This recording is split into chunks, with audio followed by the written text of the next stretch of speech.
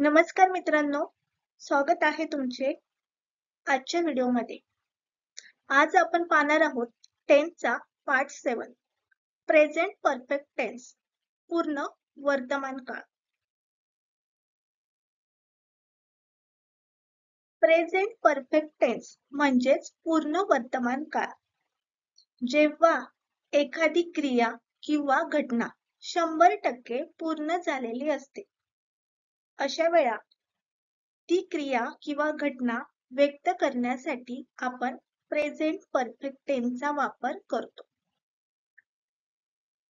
इंग्रजी वाक्यात सब्जेक्ट नंतर वाक्याच्या दुसऱ्या स्थानी जेव्हा हॅव किंवा हॅज यापैकी एक ऑक्झिलरी वर्ब वापरलेले असते आणि त्याच्यासोबत एखादे पास्ट पार्टिसिपल वापरलेले असते, तेव्हा त्या वाक्याला प्रेझेंट परफेक्ट टेन्स चे वाक्य असे म्हणतात.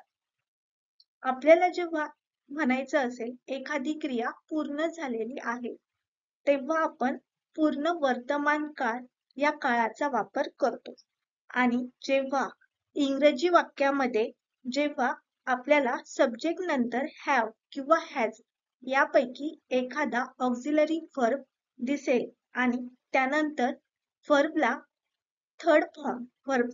थर्ड फॉर्म जेव्हा वापरलेला असेल, तेव्हा ते वाक्य प्रेझेंट परफेक्ट टेन्सचे असते. प्रेझेंट परफेक्ट टेन्सचे स्ट्रक्चर आहे सब्जेक्ट प्लस हॅव और has plus third form of verb plus object. तर स्ट्रक्चर मध्ये सुरुवातीला काय आहे? सब्जेक्ट म्हणजेच कर्ता. कर्त्यानंतर हॅव किंवा हॅज हे ऑक्झिलरी वर्ब आपण वापरतो आणि त्यानंतर वर्बचा थर्ड फॉर्म आणि त्यानंतर जे काही तुमचं सेंटेन्स आहे म्हणजेच कर्म, ऑब्जेक्ट. अशा प्रकारे प्रेझेंट परफेक्ट टेन्सचं स्ट्रक्चर आहे. एक्झाम्पल आहे पाऊस थांबला आहे. पाऊस थांबला आहे म्हणजे पावसाची जी काही थांबण्याची क्रिया आहे ती काय झालेली आहे? पूर्ण झालेली आहे. पाऊस पूर्णपणे थांबलेला आहे आणि ती घटना, ती क्रिया पूर्णपणे 100% थांबलेली आहे, पूर्ण झालेली आहे, थांबला आहे. त्यामुळे हे सेंटेन्स कोणतं होईल? पूर्ण वर्तमान काळाचं. आता या सेंटेन्सचं इंग्रजीमध्ये कसं होईल? पाऊस म्हणजे रेन, द रेन. यानंतर हॅव किंवा हॅज पैकी एखादा ऑक्झिलरी वर्ब, तर रेन सोबत हॅज लागणार आणि थांबणे म्हणजे स्टॉप. स्टॉपचा थर्ड फॉर्म काय? स्टॉप. ईडी लागतं, पी लागून ईडी लागतं. हे झालं V3 स्टॉपचा थर्ड फॉर्म. त्यामुळे सेंटेन्स काय होईल? The rain has stop.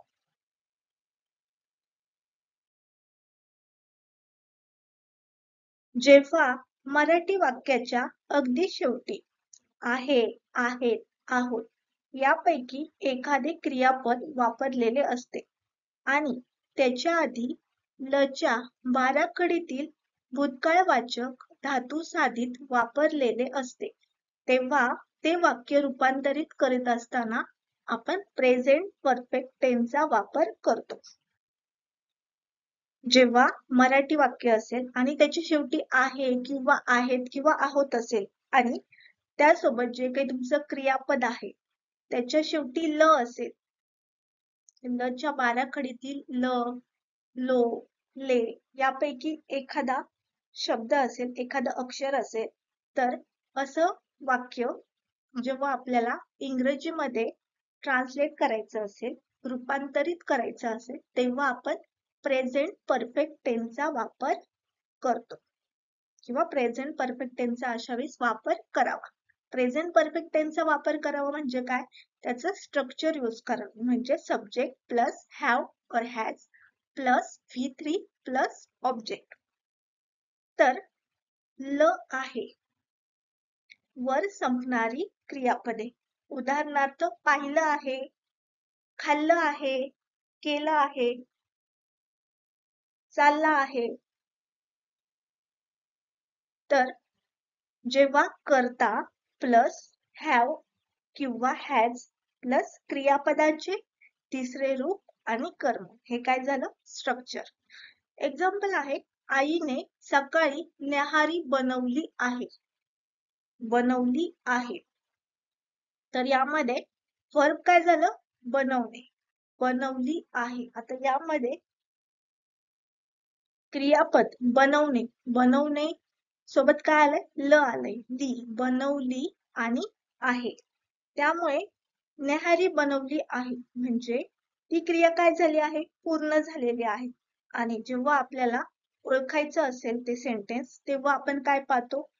ली, ल, ले यापैकी एखादं अक्षर जेव्हा असेल क्रियापदाच्या शेवटी आणि आहे, आहो, आहेत यापैकी असेल तेव्हा ते सेंटेन्स काय झालं? पूर्ण वर्तमान काळाचं. त्यामुळे हे सेंटेन्स कोणत्या प्रकाराचं झालं? प्रेझेंट परफेक्ट टेन्स, पूर्ण वर्तमान काळ. त्यामुळे हे सेंटेन्स जेव्हा आपण ट्रान्सलेट करू इंग्रजीमध्ये तेव्हा कसं होणार? आईने सकाळी न्याहारी बनवली आहे. Mother has made. मेकचं काय होणार? मेक हा वर्ब झाला, मूळ वर्ब. याचं थर्ड फॉर्म काय होणार? मेड. मेकचा थर्ड फॉर्म मेड होणार. त्यामुळे आपण इथे यूज केलाय made. Mother has made breakfast in the morning.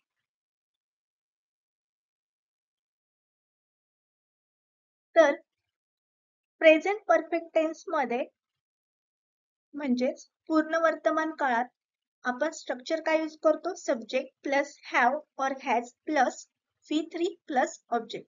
तर यामध्ये आपण हॅव कधी वापरायचं आणि हॅज कधी वापरायचं?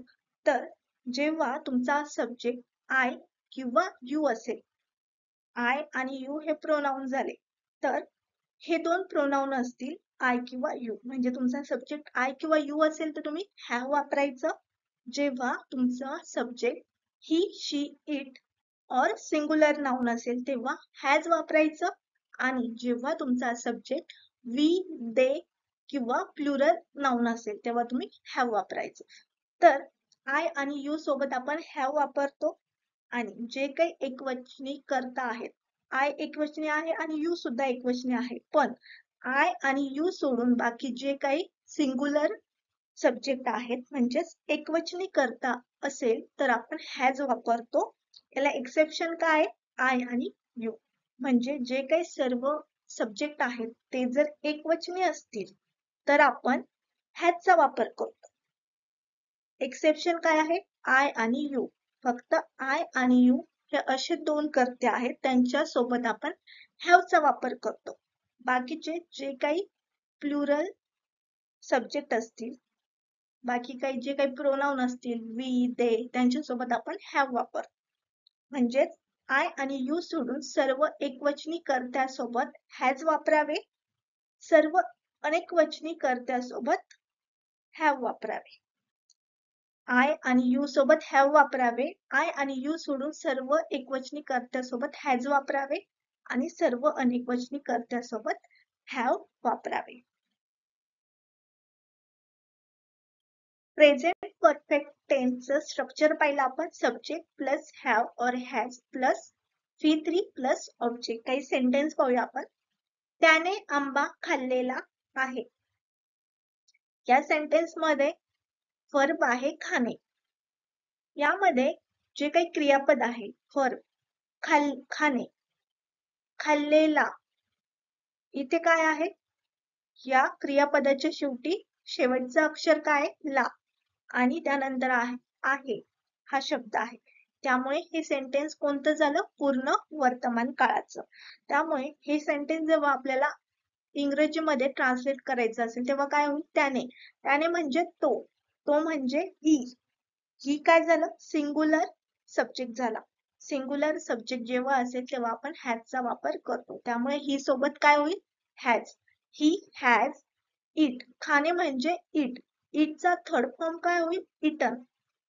It, ate, eaten. A mango, आंबा. He has eaten a mango. यामध्ये आपण आधी आयडेंटिफाय केलं की तुमचं वाक्य कोणत्या प्रकारच्या काळामध्ये आहे.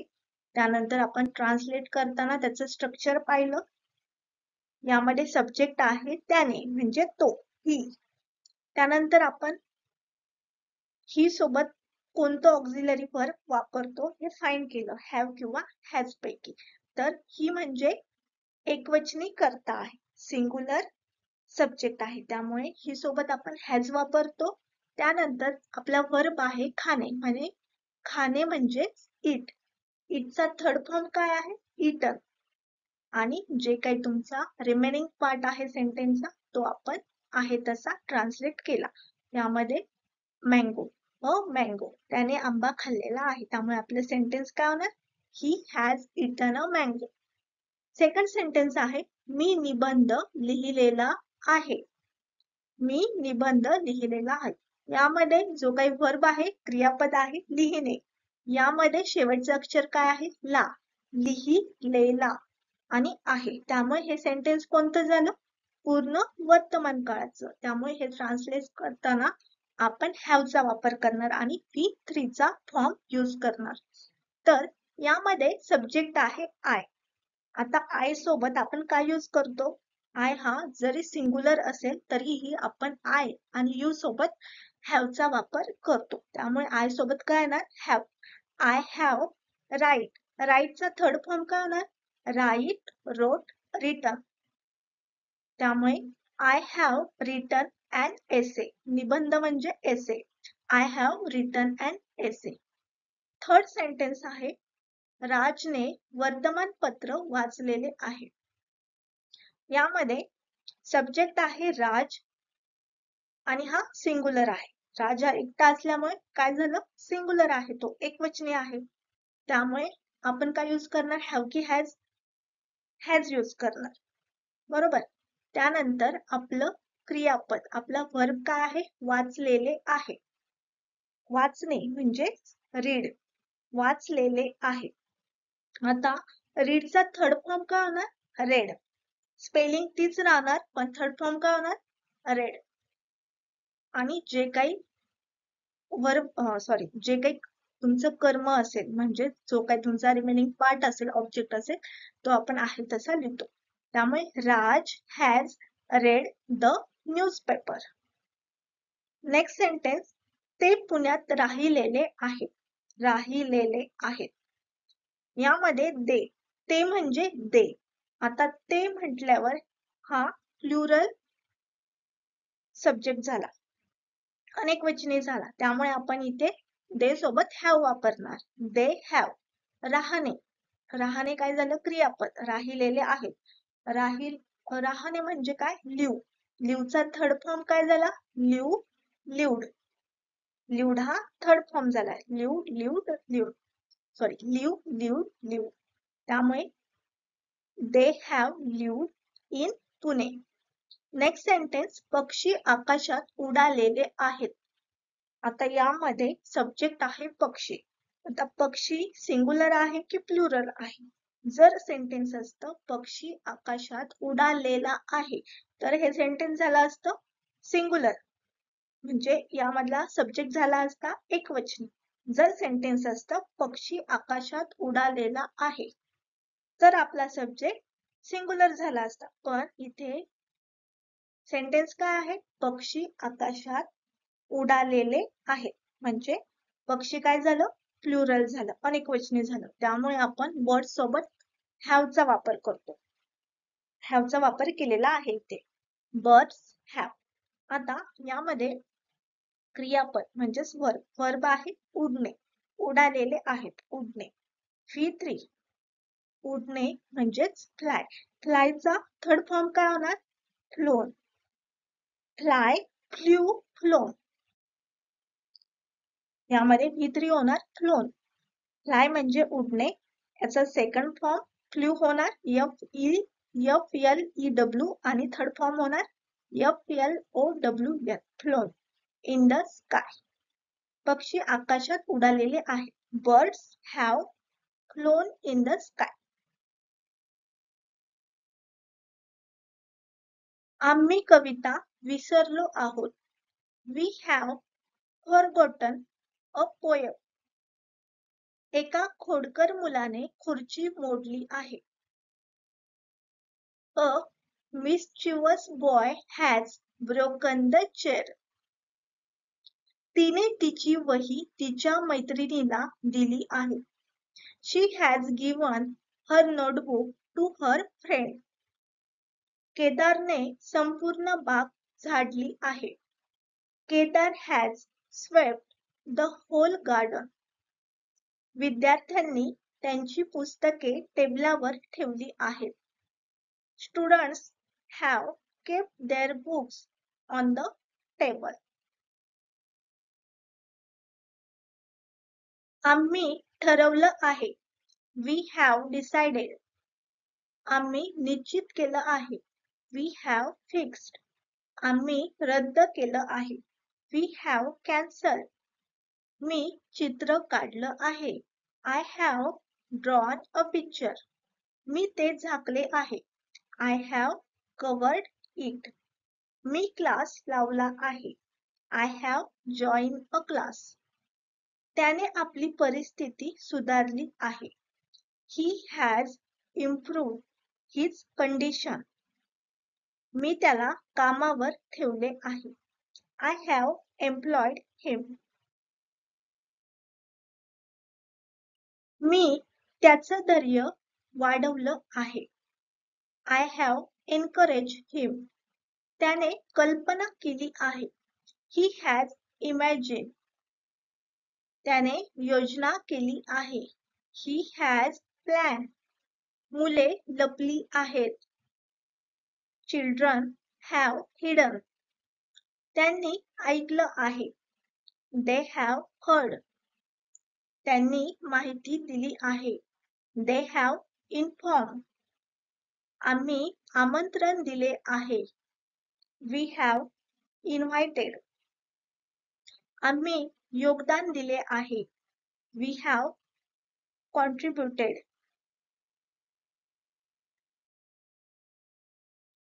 तू मर्यादा ओलांडली आहेस. You have crossed the limit. आता तू मोठा झाला आहेस. Now you have grown up.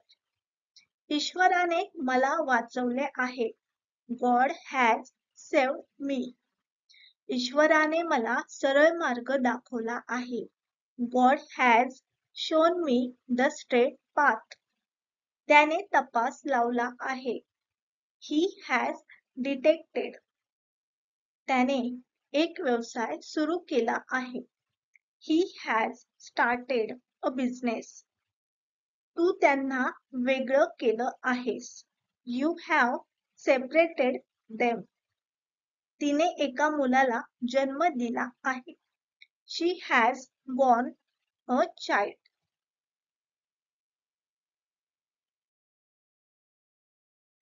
त्याने मला धमकी दिली आहे. He has threatened me. मी त्याला इशारा दिला आहे. I have on him. I have on him. त्याने कपडे शिवले आहेत. He has sewn the clothes. तिने कपडे धुतले आहेत. She has washed the clothes. बंटीने पुस्तक फाडले आहे. Bunty has torn a book. मी त्याला विचारलं नाही. I haven't asked him. आतापर्यंत आपण पॉझिटिव्ह सेंटेन्स पाहिले. विधानार्थी वाक्य. आता हे सेंटेन्स मी विचारलं नाही. याचं पॉझिटिव्ह काय होईल? मी त्याला विचारलं आहे. I have asked him. आता या सेंटेन्स मध्ये नाही वापरलेलं आहे. म्हणजे हे सेंटेन्स कोणतं झालं? निगेटिव्ह झालं. जेव्हा आपण निगेटिव्ह सेंटेन्स चा वापर करत असू तेव्हा आपण नॉट चा वापर करतो. हॅव सोबत नॉट वापरतो. हॅव नॉट किंवा हॅज असेल तर हॅज नॉट. आणि हॅव नॉट याचा शॉर्ट फॉर्म काय आहे? हॅवंट. आणि हॅजचा सुद्धा शॉर्ट फॉर्म काय आहे? हॅझंट. तर जेव्हा निगेटिव्ह सेंटेन्स आपल्याला करायचं असेल, ट्रान्सलेट करायचं असेल, पॉझिटिव्हचं निगेटिव्ह किंवा निगेटिव्हचं इंग्रजीमध्ये आपल्याला ट्रान्सलेट करायचं असेल सेंटेन्स, तेव्हा आपण हॅव सोबत नॉटचा वापर करतो. आणि याचा शॉर्ट फॉर्म काय झाला? हॅवंट. हॅज नॉट असेल तर हॅझंट. त्यामुळे इथे मी त्याला विचारलं नाही. आय हॅव नॉट आस्क्ड हिम म्हणजेच आय हॅवंट आस्क्ड हिम. त्याने सतरंजी टाकली नाही. He hasn't spread the carpet. Has not. He has. त्याने सतरंजी टाकली आहेच काय होणार? त्याने सतरंजी टाकली नाही. He has not spread the carpet. म्हणजे he hasn't spread the carpet. तिची जीभ जळाली आहे. She has burned her tongue. burn च काय होणार? Third form burnt. जळणे म्हणजे burn आणि त्याचा थर्ड फॉर्म काय होणार? B-U-R-N-T. burn. She has burnt her tongue. आजच्या व्हिडिओमध्ये आपण टेन्सचा 7th पार्ट पाहिलेला आहे. प्रेझेंट परफेक्ट टेन्स म्हणजेच पूर्ण वर्तमान काळ. तर यामध्ये आपण प्रेझेंट परफेक्ट टेन्सचं स्ट्रक्चर पाहिलं आहे. सब्जेक्ट प्लस हॅव और has plus V3 plus object. यामध्ये आपण हॅव किंवा हॅजचा वापर करतो आणि त्यानंतर व्हर्बचा थर्ड फॉर्म यूज करतो. मराठीमध्ये जेव्हा आपल्या क्रियापदाच्या शेवटचं अक्षर ल, ला, ली यापैकी असेल, म्हणजे लच्या 12 कडीतील कोणतंही अक्षर असेल आणि त्यानंतर आहे, आहोत, आहेत यापैकी एखादा शब्द असेल तर ते सेंटेन्स कशाचं झालं? प्रेझेंट परफेक्ट टेन्स म्हणजेच पूर्ण वर्तमान काळाचं आहे असं आपण समजतो. जेव्हा सेंटेन्स मध्ये हॅव किंवा हॅज आणि त्यानंतर व्हर्बचा थर्ड फॉर्म असेल तर ते सेंटेन्स प्रेझेंट परफेक्ट टेन्सचं असतं. आणि हॅव आणि हॅजचा वापर आपण केव्हा करतो? तर जेव्हा आपला सब्जेक्ट हा एकवचनी असेल, सिंग्युलर असेल, तेव्हा आपण हॅवचा वापर करतो. आणि जेव्हा आपला सब्जेक्ट हा प्लुरल असेल तेव्हा जेव्हा आपला सब्जेक्ट सिंग्युलर असेल तेव्हा आपण हॅजचा वापर करतो. आणि जेव्हा आपला सब्जेक्ट प्लुरल असेल तेव्हा आपण हॅवचा वापर करतो. याला एक्सेप्शन काय आहेत? आय आणि यू. आय आणि यू सोबत आपण हॅवचा वापर करतो. बाकी जे काही तुमचे सिंग्युलर सब्जेक्ट असतील त्यासोबत आपण हॅजचा वापर करतो. आणि जे काही तुमचे अनेकवचनी कर्ते असतील, प्लुरल सब्जेक्ट असतील तेव्हा आपण हॅवचा वापर करतो. तर अशा प्रकारे आपण प्रेझेंट परफेक्ट टेन्सचा वापर कशा प्रकारे करतो हे पाहिलेलं आहे. त्याची काही सेंटेन्स पाहिलेले आहेत आणि हॅव आणि हॅजचा वापर आपण केव्हा करतो हेही पाहिलेलं आहे. तर आजचा व्हिडिओ तुम्हाला आवडला असेल तर व्हिडिओला लाईक करा आणि व्हिडिओ जास्तीत जास्त शेअर करा. जे काही याच्या आधीचे टेन्सचे पार्ट आहेत ते जर पाहिले नसेल तर ते पार्ट नक्की पहा. धन्यवाद.